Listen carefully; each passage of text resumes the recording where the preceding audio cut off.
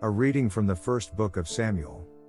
During the time young Samuel was ministered to the Lord under Eli, a revelation of the Lord was uncommon and vision infrequent.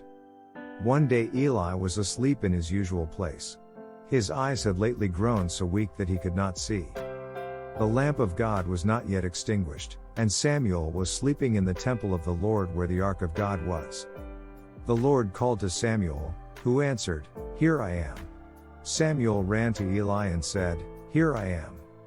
"You called me." "I did not call you," Eli said. "Go back to sleep."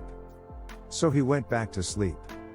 Again the Lord called Samuel, who rose and went to Eli. "Here I am," he said. "You called me."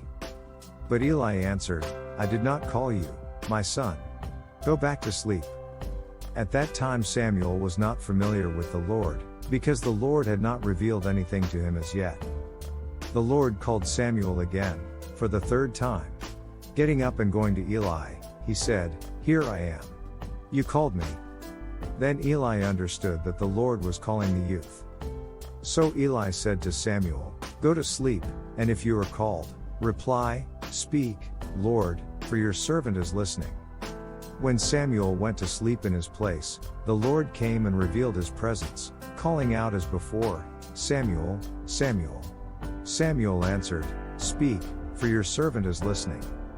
Samuel grew up, and the Lord was with him, not permitting any word of his to be without effect. Thus all Israel from Dan to Beersheba came to know that Samuel was an accredited prophet of the Lord. From the Gospel according to Mark. On leaving the synagogue, Jesus entered the house of Simon and Andrew with James and John. Simon's mother-in-law lay sick with a fever. They immediately told him about her.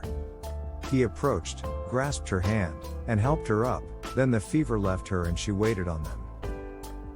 When it was evening, after sunset, they brought to him all who were ill or possessed by demons.